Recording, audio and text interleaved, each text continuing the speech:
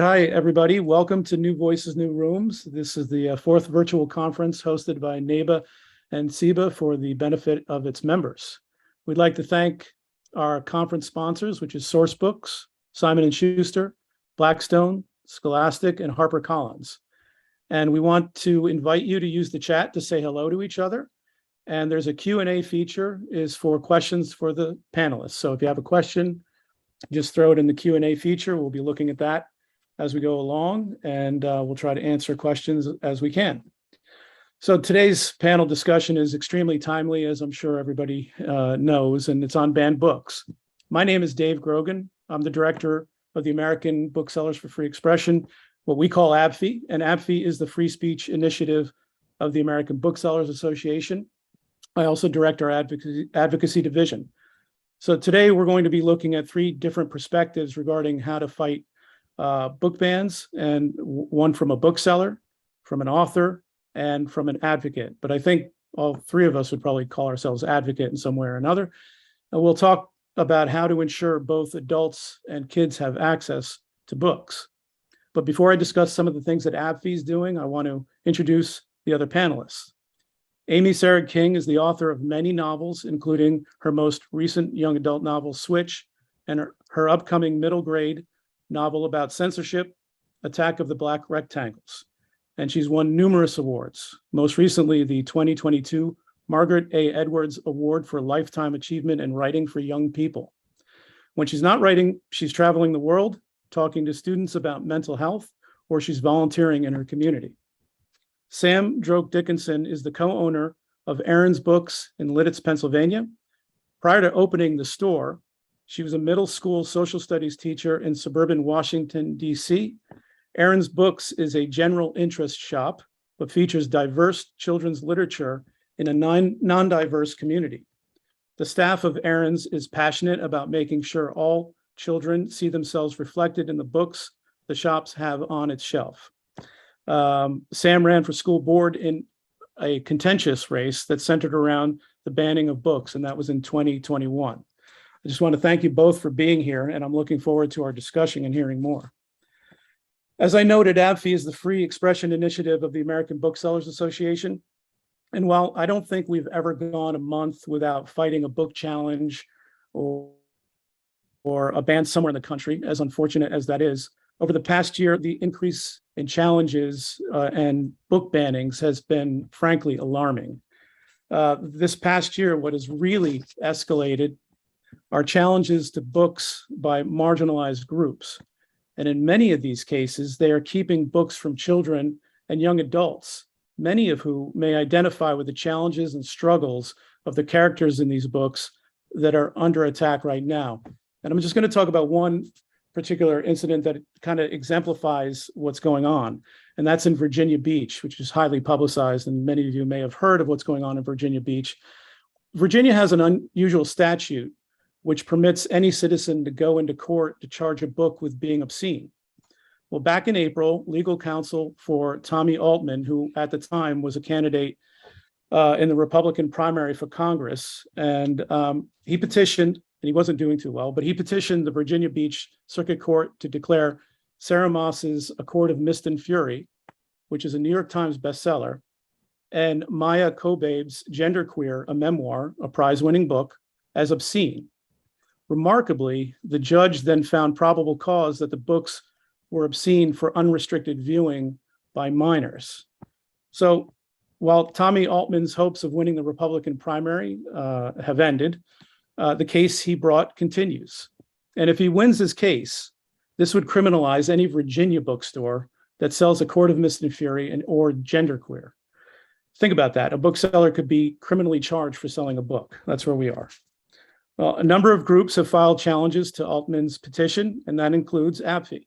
We filed an amicus brief opposing Altman's petition last month, and we're optimistic that the judge, or hopeful at least, that the judge will not find these books to be obscene. Aside from legal briefs, ABFE's main work centers around providing bookstores with resources so that they can support their community, their customers, and these authors. We believe it is crucial that bookstores have a right to curate their stores as they see fit, and that includes titles that some people out there may consider controversial. We have a resources page on our website at bookweb.org. If you just go to the advocacy page and then to APFI, you can scroll down to the resources. And one thing I wanted to talk about is we do have a banned books petition. We're asking people to sign a petition opposing book bans across the country. That includes Virginia Beach. There's one going on in Utah that's fairly huge. And so we're asking people to go to our advocacy page, sign the petition opposing book bans across the country. We want to get as many signatures as we can by the first week of September. So that's enough from me. I'm going to turn it over to Sam. Hi, Sam. Hi, Dave. Good morning, everybody. I see lots of friends in chat. Hello. We are a little teeny store in a little teeny town, which Amy will tell you more about, I'm sure. And our town and our community is super conservative and super white. That's the best way to describe them. We got involved with ABFI way back in 2011, before, when book banning was kind of like a rare thing that happened. There was a school district close to us that decided they were going to red flag curriculum books in the high school to warn parents that there could be objectionable content when their child is assigned that book. So we reached out to AbbVie, and they were a great help for us when we fought that. And they ended up not red flagging all the books they said they were going to, just a few. So, things died down for a little bit, and then wham, last summer happened. I'm sure almost everybody has heard of the Central York case, where they took a teacher resource list and said, okay, thanks for producing this resource list. Now you can't teach any of these books. And it was 250 books plus another like 150 digital archive videos, newspaper articles, etc. And they were banned for over a year. And I'm not going to steal from Amy, because Amy's going to talk about how to get the kids involved, but the kids really are the ones that stepped up in that situation. And we helped. It was the same time I was running for school board. So all the school board candidates in the area, we were helping each other because we knew that this was going to get worse and we were all going to have to fight these situations. So I reached out as the bookstore and a candidate to the other candidates who were running to stop this. And I worked with them to do a book drive to get these banned books into the hands of the children in the community. So that's really what I'm going to talk about today, is ways that as citizens, but specifically booksellers, you can help your community, because I 100% guarantee you, no matter where you are, there is a book currently being challenged in your school. It is everywhere. If you really want to not sleep tonight, go to the website Moms of Liberty. Your eyes will bleed when you read what they have to say, but they are in your community. They are funded nationally. Billions of dollars are going to these groups to fight books in your city, your town. Guarantee it. Even if you haven't heard about it, it's happening. So I'm going to just kind of run through a whole bunch of action items that we can be working on as booksellers. The very first one is pay attention. Go to your school board meetings. A lot of school board meetings are now streamed virtually through Zoom or YouTube or whatever, because COVID, and then they've kept it up. So if you don't even feel comfortable being in that room, and I get you, I don't, you can stream the school board meetings. Stream the ones that are in your adjoining towns too, because you're a bookseller for a larger community, not just the town you live in. If you don't feel comfortable doing that, or they're not doing it online, then make sure you're going every month to read the minutes of the school boards around you. If you have a small local paper, they sometimes have much more details than the minutes that the school board produce. So really, it's just spending a few minutes each week to figure out what is happening at your local school board. If you have teacher contacts, superintendent contacts, administrator contacts, let them know you're paying attention. They will feed you information that might not be getting to the press.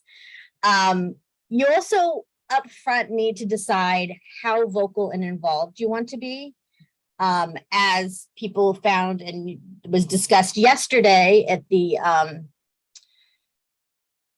safety, that wasn't safety, but Kirsten talked about it a lot, is there are repercussions if you speak out. You need to be aware of your mental health. And I will be blunt, I do not go to school board meetings anymore because the trauma was too much for me.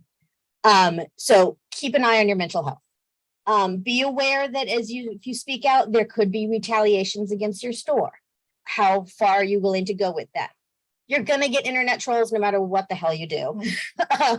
It's just how much you want to engage with them, how much you want to put yourself out there. And there could be loss of customers. These are just things that could happen. Possible loss of school sales, because if teachers and superintendents hear you speaking out against something that is happening in their school, they might not be willing to put their neck on the line to buy books from you. However, you could also gain more customers because people see you talking about these issues that maybe didn't even know that you existed, even though they live next door to you. Or schools might be, okay, I know I have an ally. I can purchase these books from this person and not worry about it. So those are just some things to think about before you get involved, if you haven't already. When you're looking at your school board meetings, when you're going to your school boards, get to know who is speaking out against these challenges. Get to know them, invite them to your store, reach out to them. Most of the organizing on both sides is happening on Facebook. There are hundreds of Facebook groups in your community discussing these issues. Find them. You don't necessarily have to join them, but find who's the admins of the ones that are fighting the challenges and speaking out at the school board meetings, and get to know them. Let them know that you can be a resource. The ABFE site that Dave mentioned has excellent templates for letters, templates for your own, what you can share with people when someone asks, why do you carry or not carry certain books? We have them saved on the desktops of our computers so that our staff can just pull them up and read the letters out loud when someone questions something. Get to know who is on your school board, write to them. Any citizen, whether or not you have a kid in the school system or not, can write to the school board. You are a taxpayer in that district. Get to know who is running for your school board. Is there a candidate that you can personally support, or can your business host them for fundraisers without damaging your business? Obviously, you want to keep your store open. That's your number one thing. You're safe, your store open. When you hear a book being mentioned, it's problematic. It's not even going to be a challenge. It's going to be some random parent stands up and said, my child read, well, I'm going to say Amy's book, Dig, and it's horrible. It teaches them to hate themselves. I don't think it should be on the school library. I mean, that could be like the extent of what is said at the school board meeting. Behind the scenes, there's a whole bunch of people like, oh, well, we have to put Dig on the challenge list now. So anytime you see a book mentioned in any of those school board meetings, make sure you have copies available. If you feel comfortable telling the public you have the copies available on your social media, do it, because people will want to read the book. The right type of people will want to read the book. The other ones, they don't read the book. They just find the words they like, don't like, and scream and yell about them. As more challenges happen, make displays of ones in your store that are not just local, but the national ones, because there are a lot of books out there that are childhood favorites of people who are on these lists, and they will be appalled when they see a display of who's challenging this book and why. And then that gives you the chance to open up the discussion with your customers of what is happening in the schools. Because I know for us, a good third of our customers are over the age of 55. So they don't have children in the school system. They're not going to the school board meetings. So this opens up the chance for us to explain what's happening, and then they can get involved. So social media is important. Even if you're not speaking out about the specific things that are happening in your community, you can definitely share links to the ALA and ABV and other things. If you're not following the ALA on Instagram, They do a weekly report of all the major challenges that have been sent to them that they are aware of. And you're like, oh my God, what are these people doing? But it's important. So we automatically just reshare those with, this is what's happening around us. If an official challenge is made in your school, and again, challenges are when someone says, I don't think this should be read, I need it to be reviewed. And then the ban is when the review happens and the school board says, nope, you're right, it's off the shelf.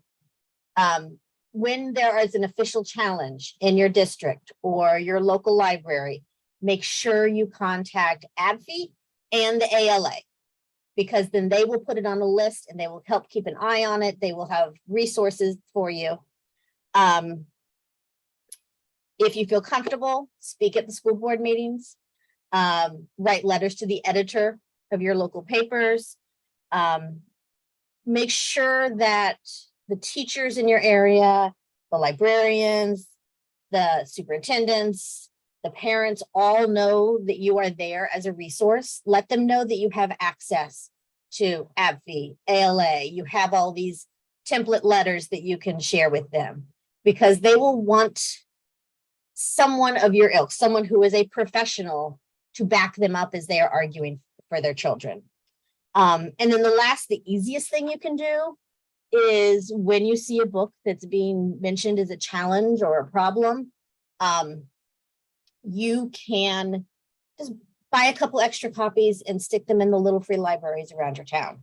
Hand them out to teachers that walk into your store. You know, if you have your local library and you're not so sure they have enough copies on their shelf, donate a few copies. I mean, it's worth it, that $200-300 you might spend a year on these donated books to have them circulating out in your community. That's kind of my little spiel. I will, as Amy's going to start talking about her new book, which is Attack of the Black Rectangles. Get it? It is in the galley room. I will share. Amy did a 2-part podcast interview with us where it's fabulous, and she'll probably talk all about a lot of it here, but I'm going to link to it in the chat so you can have it and you can share it with the teachers and the librarians and the other people in your community who are fighting these bans. So thank you, everybody, and I'll be around for the questions and stuff. Thanks, Sam. That was a lot of really good information there, and I'll turn it over to Amy now. Amy? Thanks, Dave. And thanks, Sam. And yeah, I think I'll make this clear. Sam and I, the reason I live in the town I live in is because of Aaron's books. I didn't want to live in a town without an independent bookstore anymore. And so I moved about 3.5 blocks from Aaron's books, and it's wonderful. So a lot of the things that Sam's talking about, I can nod. You know, we do live in I believe it's 97% white town. And it's shocking to me, I guess, how many people don't want to expand their knowledge outside of that. But it's always been surprising to me. We need to go back in my life and understand that I was raised by an anti-racist woman who was anti-racist because my dad was drafted and they had to live down south for years in the 60s. And so I had all these stories growing up, and that really colors a lot of my work. Little did I know that by the time I moved to Ireland, I came back to America. I didn't know that by the time I got back here, things were going to start becoming so divisive that there's no aisle anymore. Politically, it seems like we're all cornered. It's kind of interesting. My work with intellectual freedom started, though, back in about, like the 2011, 20, something like that. I was in a school in Scottsdale, Arizona, and there were students. I usually go to high schools because I write young adult work, I write middle grade work now, which is what Attack of the Black Rectangles is. Okay. But at first I would be talking to teenagers in high schools, and they were filing into a library in Scottsdale. And, you know, as it works, I'm waiting around for the people to fill in the back rows, and in the front rows, these, kids are sitting there talking to each other. And right now is when the siren goes by. My apologies, guys. I'm coming to you from Chicago, right near the airport. So I'm there and I asked them, hey, what are you guys reading? Because that's what I tend to ask. And they, at the time, it was like 2011, 2012, they were reading a lot of Ellen Hopkins. And if you look at any of these lists, she's still a hot button, list of books that they keep banning or challenging. Anyway, so they said Ellen Hopkins. And I said, oh, well, that's interesting. Ellen's a good friend of mine. I said, it's amazing. And the banned book list had just kind of come out. Maybe it was 2012. I don't know. But at that time, she was like the number one banned author, and her books were being banned more than any other. And I say this to them, and they looked at me as if I had just said something. They were like, what do you mean banned? And I said, well, and I explained what banning was. And they were like, no, that can't be true. And I'm like, no, that's very true. And they didn't understand at all that books had ever been banned ever. And I started to explain everything from Harry Potter to the Bible to, all these different books that had been challenged and banned. And they were like, no. At the same time, I was serving on a library board in my very tiny, not Lidditz now, but a very tiny town that I lived before. And it was interesting because someone had brought, this might have been right before then. Someone had brought, it would have been 2008, I suppose, right when Barack Obama was elected the first time. And someone had brought something to us that was foul. It was very racist. It was really, really problematic. But in the library, we would give out we would help local kind of organizations give out their newsletters. And one of them was specifically, I'll say conservative, but this material was horrifically racist. And it was a drawing of Barack Obama as a primate. It was absolutely wrong, 100% disgusting, 1,000,000% everything I'm against. And when it came to us discussing it at the board meeting, I said, no, you can't ban that. And everyone looked at me and said, you? Really? And I'm like, listen, I'm not for it. But what I am for is intellectual freedom. I want someone to see that so that they can go, ew. And they can form the same sorts of ideas that I formed when I saw things that grossed me out as a kid. I grew up where the Klan still marched in our King Frost parade. And so that made me go, ooh, and wonder, and gave me a lifelong curiosity to what makes people hate. And so that's what made me who I am. Now, my books are being challenged. And what I can say after the time that I've spent being a published author is that fan mail reveals a lot. What it often reveals is that the parents who are banning books, their kids, they also believe that their kids, first of all, they can't see that material, but they're not weak when it comes to mental health and things like this. So if you go to a school board meeting these days, you'll find that the people who are in favor of banning books are also in favor of banning mental health services in schools, banning social and emotional education in schools, and things like this. And what's interesting is I get the inside scoop from their kids. And these are the kids that go to mom and dad and say, I'm really struggling. And their mom and dad say, you don't need a therapist. And they're the kids that go to mom and dad and say, I think I might be gay. And their parents say, no, you're not. You're not allowed to live here if you are. These are the same parents who continually quiet their children. And they're trying to quiet the books that will help their children see themselves in books. As an advocate for teenagers, I can't say any more strongly, this is a really important time to not ban books for teenagers where they can see themselves, their classmates, their sisters, their brother, everybody, to see everybody in their school. At the moment, did you know that the American Psychological Association has just come out with a number of Generation Z, Gen Z, identifies 50% as LGBTQ+. That's insane. The reason that they say this is because people are more comfortable to come out. Why do you think that is? It's because popular culture is trying to make it so that you don't hold that inside yourself for the rest of your life. The spectrum is wider than we were taught, right? And so this generation is more comfortable coming out. This generation is more comfortable talking about these things and being who they really are. And at the same time, we're seeing this giant boot come down on literature that shows them themselves in books. What I think, I'm going to babble, but that's okay. What I think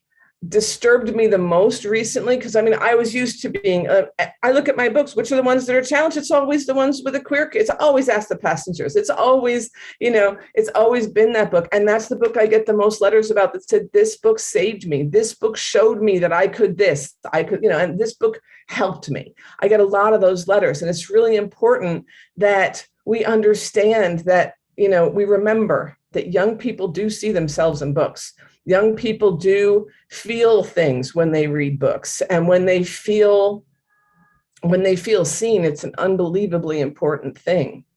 About 4 years ago, I was working in a high school in Berks County.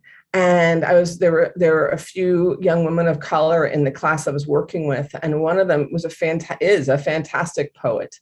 And we sat and we talked. And the first question I ask young people when I work with them writing, I ask them what they're angry about. And I'll tell you what, teenagers are not used to adults asking them what they're angry about, because no one wants to know what teenagers think. We've been so busy rolling our eyes at them since the 1960s and also trying to sell them stuff they don't need, that they don't really think that anybody wants to hear what they think, let alone what they're angry about. So she's, for 2 weeks, was like, I can't tell you what I'm angry about. And I'm like, all right, that's cool. And eventually we started talking, and she told me that she'd never read a book by a Black author. And I said, well, let's change that today, And so we were working in the library. So I sent her home, I think, with The Hate U Give, because it had just come out, and a Jason Reynolds book. I don't know which one. And she came back and she wrote some really powerful poetry for me. But what was interesting was that when we looked further, I said, oh, let's look for some poetry, by authors of color in your library. There were 3. And one of them still used a word that we don't use anymore, right? When it came to describing, the origin of that literature. And what I realized is that libraries need to read more, et cetera, et cetera. But when she came back to tell me what happened, she said she didn't stop reading The Hate U Give until it was over. And she cried and cried and cried. And I said, well, what do you think you were crying about? And in the end, she realized that she was crying about the fact that she got to age 18 and had never seen herself in a book. What most disturbed me about that Central York list of banned books that Sam was talking about a second ago was that on that list were picture books by people who are some of the people I work with up at Vermont College of Fine Arts. I was looking at the list and I'm like, hold on a second. That's just a mystery book with Black characters. That's all that is. There's nothing in there that's in any way contentious. There's nothing in there that's in any way, offensive. These are middle grade books with just one of the books had a secondary character who happened to be Black. That's it. That's what put them on a list. They're considering math books with drawings of young people of color, critical race theory. This is a section of the community that cannot take over. It's really important that we get out there now, us, adults, but we also have to help teach our kids to start advocating for themselves. These are their schools. One of the biggest things I keep writing in every school board letter that I write, which are getting more and more, one day I might publish them because they're getting hilarious at this point, because by my last paragraphs, I'm just like, I don't know what to say to these people. They just seem obsessed with weird stuff. And I keep telling them that. I'm like, you people seem to be obsessed with really weird stuff. Like, what? You look weird. I keep telling them, you look really weird. You know that. But one of the things that's important is that we make sure to empower our young people at the same time. Some people might say, oh, you're having kids fight the battles for you. No, in actual fact, there isn't one teenager, and I have spoken to several thousand this spring now that I got back on the road. There isn't one teenager that wants books banned in their school. They're like, we watch TikTok. I'm like, what's up? I know you do. And I have seen a little TikTok myself, and I turn it off. Like, I self-censor TikTok, the same as they self-censor books that are uncomfortable with them. The people who are trying to shut down books are scared of something. I'm not sure what. I said on the podcast that, unhealed people will be offended by everything. Healed people will understand that the actions of others have nothing to do with them. And I think that's one of those nice barriers that we can have as advocates for books, teens, reading, intellectual freedom. Understand that, look, when they do send me hate mail and death threats, and they do, Sam, they do, it. When they do send me those things, I can go, oh, that's an unhealed person, and move forward. At this point, one of the things I put in my letters most of all is there are fantastic private schools in our area. I myself sent one of my kids to a private school when she needed to go to a private school. It was a fantastic decision for me and for her and for our family. And in those schools, you can absolutely have parents' rights. By the way, who made that up? I don't have parents' rights in so many other sectors of my life, but suddenly we have parents' rights in public schools. This is all propaganda, and the propaganda has taken over our country, and and now they're vacuuming. I'm going to be quiet while they vacuum outside my hotel room now. But I do want to say young people are really there, and they really want to do this. Once they find out that their favorite authors or favorite books are being banned, they're like, what? It takes them a second. And when you show them like I like to send people to little bits and pieces of school board meetings that are on YouTube, Sam, because when they see these people who are freaking out over a book that has, sex in it. And I mean, I like to remind my school board that 50% of high school students are sexually active. I don't like that statistic any more than most adults like to even think about that statistic. However, it is still true. And so we have to be able to provide the access to responsible sex education in a book, right? Even if the school or parent is opting, kids out of these sorts of things. It's just one of those things for the kids who want to, or the kids who can, you know what I mean? Read those books. If their parents say you can't read the book, then that's fine. But that's the only control parents can really have in a public school system. This is America, and that's how we roll. I don't even know if what I just said was coherent, but I'm going to mute myself and hit it back to you, Dave. Thanks very much, Amy. No, it was very coherent, and I have a lot of questions. One thing I wanted to mention, though, is we're talking about, bans and challenges in schools. We work with the National Coalition Against Censorship, and they lead an effort in terms of, going after these challenges. And one of the things that is important to understand is that schools have and libraries have a process by which they curate their curriculum and their libraries. And a lot of what's going on in these challenges and these bans is that, they'll get a complaint from a parent or something else will happen, and somebody has decided to unilaterally make a decision on their own and forgo the process where we have people who have been educated in the process, left out. And so, what the Kids Right to Read project does is we write these schools letters and we remind them of this process, and it's very successful. And so anytime there is a challenge going on in your school district, please just let me know. I'll let the National Coalition Against Censorship know, because a lot of these schools, when they're reminded that there's a process that includes people who have been trained in curating libraries and school curriculum, the good thing is they listen. Obviously, a lot of these have gotten out of hand, and that brings me to you, Sam. I wanted to talk a little bit more. If you could describe, you were talking about the Central York list of banned books. Yeah. How did that start? Where did that start, and how did that become what it became? So I'm going to jump back to what you were just saying before about the processes. So they're seeing their challenges not be addressed the way they want them addressed. So they have taken there's two new tactics now at school board meetings. One is to request that the school board revisit how the process is done and make changes to it so it is easier to challenge the same book over and over again. That's one tactic. The other one is every school has an opt-out. So if there is a classroom book that you do not feel your child is ready for, you can address the teacher and say, I'm sorry, I don't think they're ready to read XYZ. Do you have an alternative text? That's available in every classroom. A new tactic that is happening in school boards now is they are trying to get the school board to change it into an opt-in. So where you have to fill out forms to allow your child to read every book on the curriculum, which on top of just being batshit crazy, makes it hours and hours more work for the teachers, for the librarians, for the administration. They're going to have to hire new people to manage these opt-ins. It's ridiculous. So it's not just an actual challenge to a book. They're finding ways to circumvent the challenge to keep the books away from the kids. That's there. Can I just interject there, Sam?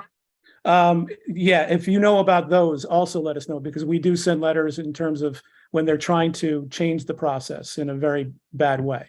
But thanks for bringing that up. Yeah. So as far as Central York, the way I understand it is about, the protests were last summer. So during COVID, they had, I don't know if it's the librarians or their language arts department, some professionals who are trained to do this, put together a list of resources. And then a school board member took that list and proposed that those not be allowed in the curriculum. and because it was COVID times and it was quiet and no one was paying attention, it went through. I think what happened was they just basically put it on an agenda and voted right then and there, which is not necessarily 100% legal. But then when the kids got wind of it in the following spring, so the ban had been in place for almost a year before it got pulled again. The kids realized that they didn't have these books that they were supposed to be reading on their shelves. And they were the ones that reached out to the community, started doing protests, and made it, local news caught wind of it. And then from the local news, national news caught wind of it. But it really was 100% kid-centered for the protests. Obviously, they had their parent support and teacher support, but they led the protests. And that's what Amy's book is about. She didn't plug it well enough. So, I don't plug books. I'm terrible at. But it really is for the kids to be invested. That's the key. We can do everything in the background and write our letters, but if the kids aren't speaking up, then they're not hearing the voices that are most affected by these bans. I'm going to jump in there too. I'm not going to plug the book because I don't do that. And you know me, not even when I go into schools do I plug books, but I do have a book. It's coming out September 6th. And if you're interested, it's funny that I'm going to say this to a bunch of booksellers, pre-order from Aaron's books. But anyway, signed copies with a free secret fun prize. I want to tell you how this book came about. And this is an interesting thing because, I have this weird reputation as being able to predict things. I don't predict anything. I already know it's happening, or I see the cycle, But in 2018, my son came home from school. I was up in my office at the top of the steps. He comes home from school, comes in the door. Hey, Mom. Hey, kid. How's it going? And he says, I'm like, how was school? He said, it's fine. And he said, oh, we got our book for Lit Circle, which was The Devil's Arithmetic by Jane Yolen. Fantastic book if you haven't read it. And I said, oh, that's cool. He said, yeah, there's some words crossed out in it. Me being super trusting and like Ernie from Sesame Street, I'm like, oh, is it pen or pencil? And he says, oh, no, it's Sharpie marker. And all of the books have it. We compared. And I said, bring that book to me right now. What's funny is that I told Dave and Sam that I would have pictures of what was crossed out, but I don't. I forgot that to pack that when I was coming to Chicago. But if you can imagine just a page with some rectangles, actually, there's an example in the book. It looked like exactly what you can imagine, just some lines like that, right smack in the middle of the book. So within seconds, I got onto Facebook and said, does anybody have this book sitting around? Long story short, it turned out that it's just a body part name, and just one time. The other part is just a reference to a body part in the middle of a concentration camp shower scene with SS officers screaming Schnell at 12-year-old girls who happened to be naked. And for some reason at that moment, the body part was the most important thing. What happened to me was that I went to try and figure out who did this and why. And the school at the time in 2018 just sort of laughed me off. They were like, aren't you cute? Aren't you adorable? You author lady, you care about this. And I'm like, no, frankly, I'm also an electrician, and my electrician self cares about this too. I'm a parent. I paid for these books technically with my taxes, and I'm concerned that this, and they just kept laughing me off and blowing me off. And I had to walk away from the situation because I had to go back to work, and I can't be a one woman, But what was interesting is I came to them, and this is one of the things I think that's good. I came to them with solutions. I didn't just say, hey, this is bad. I said, hi, Penguin has offered to replace all of these books with brand new books, or Puffin, I suppose it was. And Aaron's Books has offered to take these and get them pulped when they, and here we go. I've got your solution. And they were just like, oh, don't be silly. And so I wanted a better outcome. So I made a fictional one, which was great. And in that fictional outcome, as I sat and noodled the book and tried to figure it out, the best thing I could come up with was that students needed to be involved, because they do.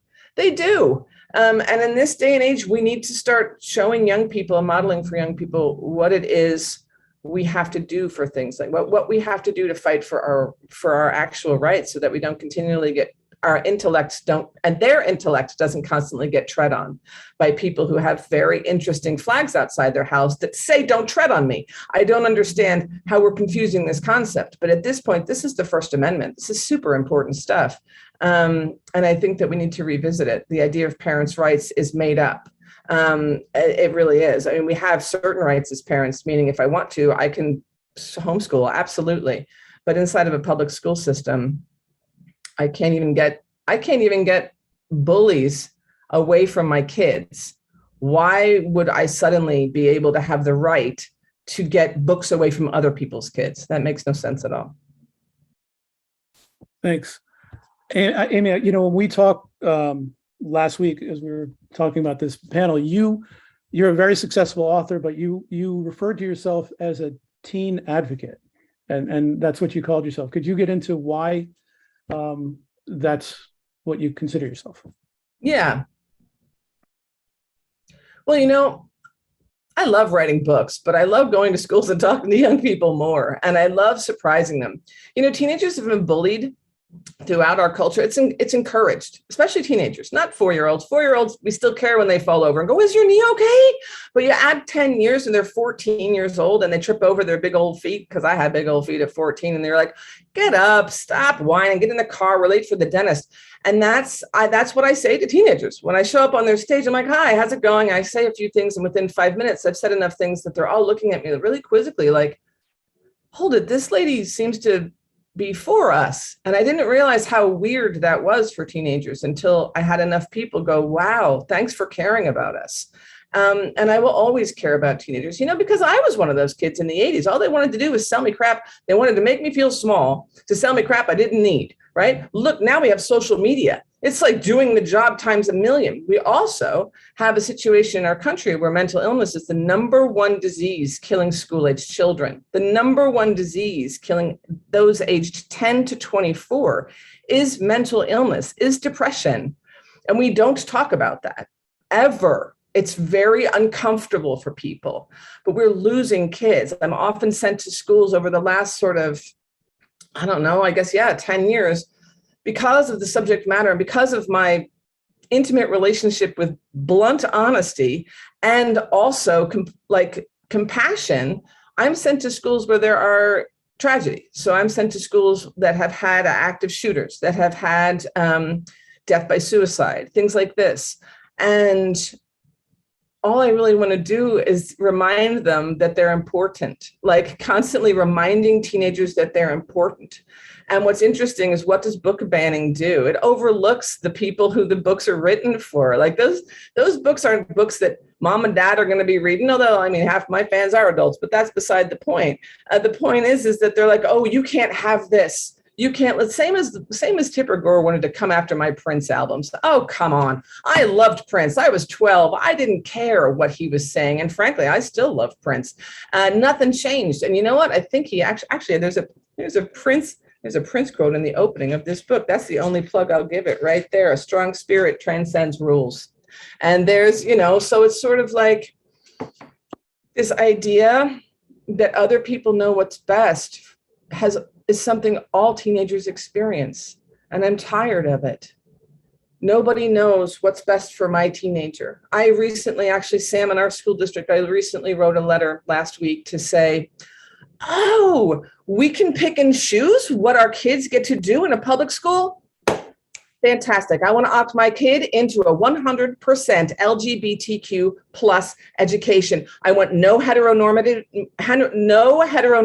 in any book, assignment, any curricula at all given to my child cannot have heteronormality in it. And I was like, does that sound crazy to you?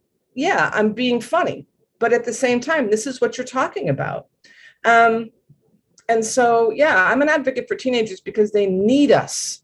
They need us so much, Dave. They really do. And we're so busy putting down their latest fads. Oh, we wore that in the 80s. Stop it. Oh, mullets were no good. Just stop it. Let them have a mullet. Ask them how they're doing and if they need a glass of water. And I'm tired of our terrible attitude in this country against teenagers. It's bullying. And it doesn't help them because if you look, we're losing them. We're losing them constantly because the culture bullies them. Not because, but constantly people are like, well, who was the bully in school? Who made this child do this? No. The whole place has made people lose hope, I think. When you mentioned the Tipper Gore, you brought back, and I was a child growing up in the 70s and 80s, and you brought back bad memories of the moral majority.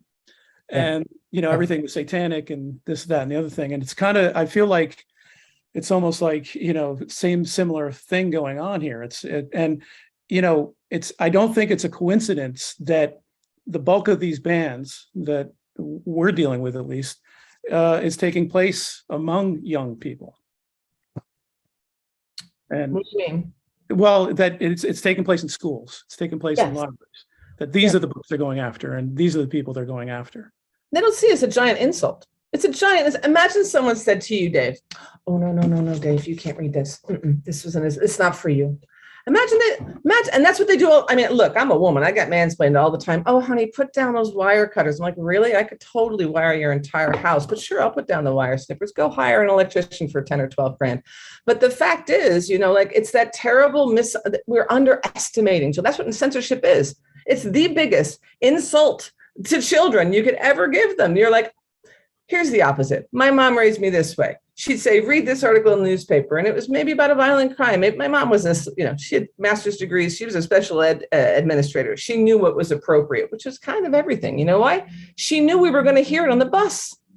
She knew we were going to, see it in the world. And so she'd read it, make me read a newspaper article. And she'd say, what do you think about that? That's called critical thinking. And just a few words. What do you think about that? And even if my answer, I look back now, my answer may not have been what she agreed with politically. She didn't tell me how to think. She asked me what I thought and moved forward from there. So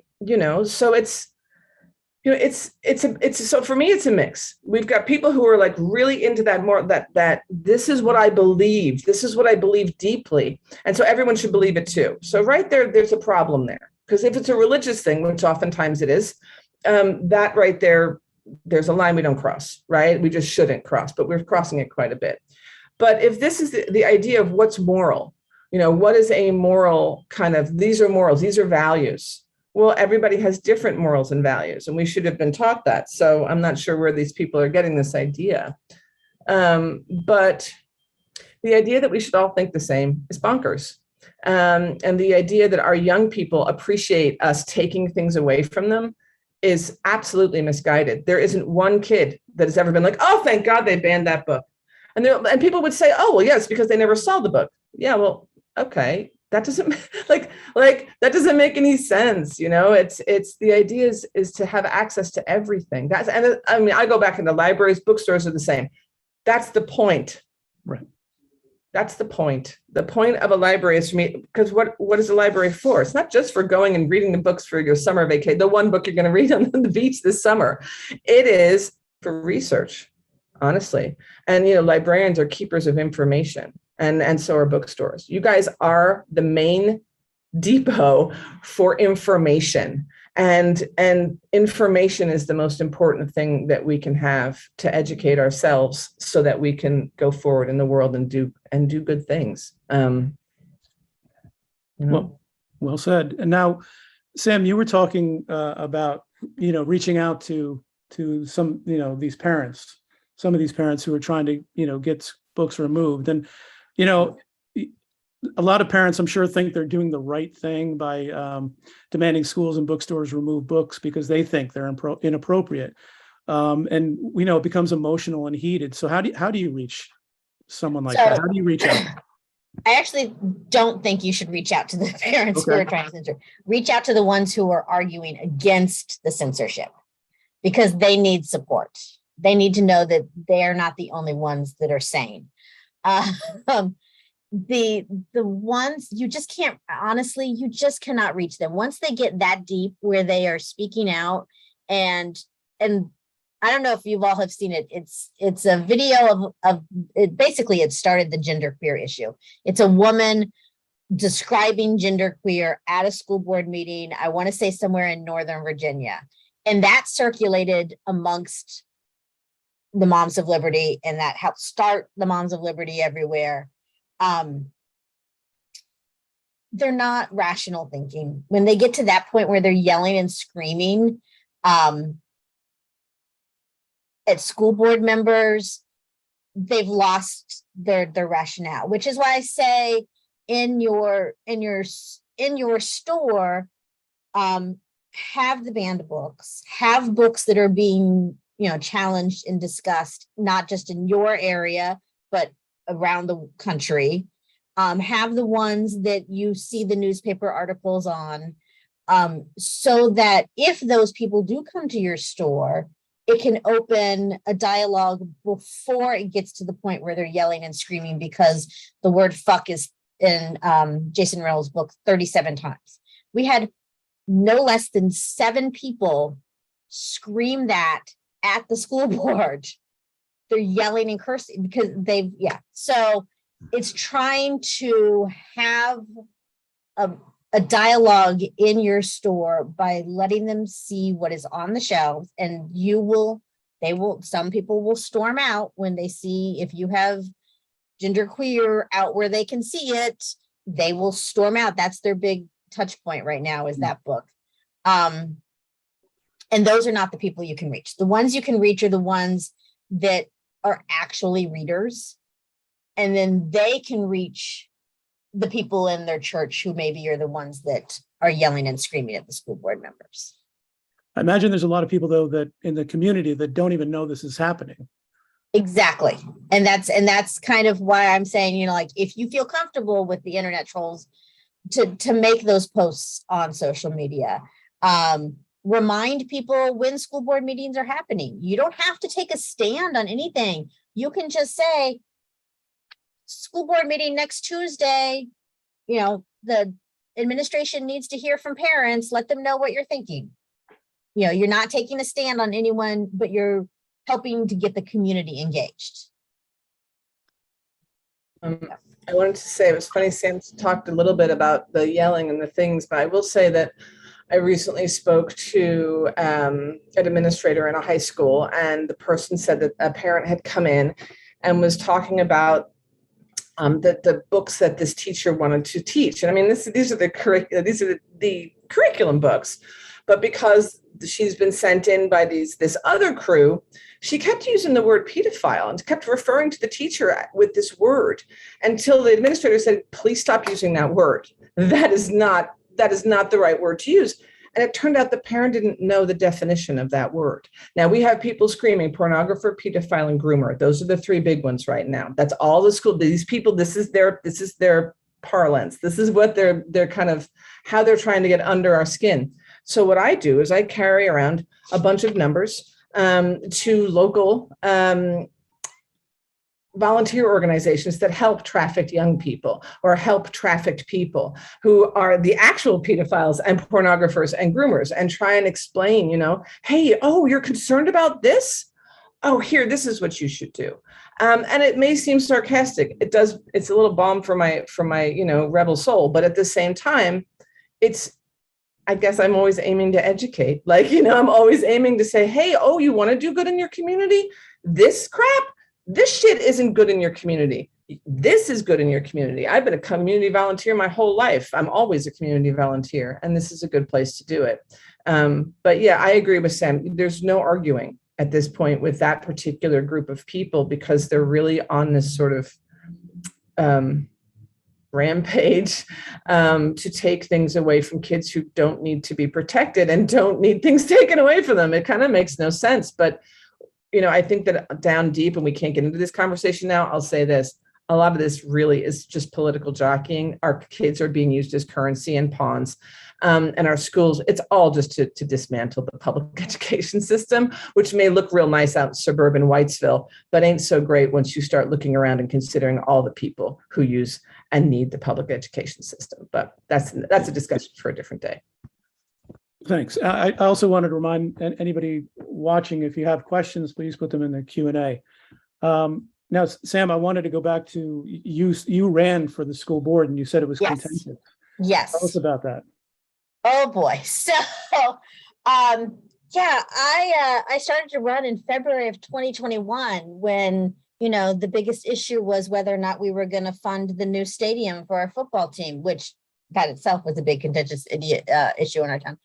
And then the masking thing started happening, where, the schools had to decide, are we going to be fully in school with masks, without masks? And as you all know, my freedoms was the big thing. And so, July, August of 2021, they were all yelling and screaming at the school board about their child can't breathe in a mask and they're never going to learn anything if they have to wear a mask. Well, our state mandated masks for the first half of the school year. So they couldn't fight about that anymore. So now they're all revved up, and they discovered, it was the first year that the Jason Reynolds, Amy, I'm blanking on the name of the book. All American Boys. American Boys was going to be officially taught in the curriculum. So then that became a sticking point for them of, again, the 37 fucks. So they couldn't win the masks. They found this as something to fight and rally against. And the school board wasn't having it. And 3 of those school board members were up for re-election. So they decided they were going to run their own candidate, who turned it into, it was disgusting. Her tactics were horrible. On election day, she had her volunteers at every single polling station with a manila folder with photocopies of 2 of the panels from Genderqueer. And as people were walking into the polling stations, would walk up to them and say, do you want to see the pornography the school board has in your school? And show them the 2 panels. 2 panels out of what, a 300-page book, and totally taken out of context. But that's how it got. That was their way in. Sadly, the write-in candidate won and her cohorts won. So yeah, that was it. It didn't start out as contentious. It was only 2 months of this one candidate who was pushing her agenda. She did not want her poor child to have to read a Jason Reynolds book. And that was her entire reason for running. So. Our children don't even go to our school district. Right. Yeah. Some of them pulled their kids out because of the masking issue. Yeah. So, and that's, and this was just our school districts in Pennsylvania. For those that are not Pennsylvania stars, our school districts are minuscule. We have 3,200 kids in our school district, maybe. So, every school district now has at least one candidate who will be running next year, whose entire campaign will be get the pornography out of our schools. Yeah. Since we're coming to a close, I do want to say that what I'd like to see and what I'd like to continue doing, I put it on my Instagram page, and it was funny. It did get me a few interesting letters, Sam. But I'm starting to write letters, for students as well. So I have one that's very generic up on my Instagram. It's also my Facebook. Like, I don't know, just look up my name. I'm there. But it's just there, just to be able to say, hey, if you want to fight these bans, or fight anything, like, you can write to your school board, and your voice is important. Listen, someone like Jason Reynolds, man, he's my old friend. I understand. We go into schools so that we can tell young people your voice is important. And if it wasn't for the fact that someone somewhere made me feel that my voice was important, I wouldn't get to spread the message to this new generation and say, your voice is important. And now I'm able to say, listen, guys, your voice is important right here, right now. And that's how it goes. What's been really great is, actually, Dave, you started out by talking about the lists of previously banned books that are shocking to people. And that's the thing, you like Charlotte's Web. Did you know that's a banned book? Oh, you liked Where the Wild Things Are. Did you know that's a banned book? You like the Bible. Did you know that's a banned book? And you can start these conversations, but you can start them with young people, and young people can absolutely speak up for themselves. And I think we've learned that time and time again, as this country has allowed young people to speak, So, yeah. Thanks. Sam, do you have any closing thoughts? Just, you see the big stuff in the news, and you're probably thinking, oh, we're, I guess in our area, if we were in New England stores, but I guarantee you every single town has at least 2 people that go to every school board meeting and is talking about the pornography and the critical race theory that is on the shelves.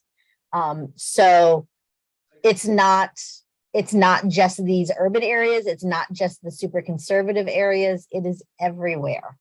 And they're gaining ground.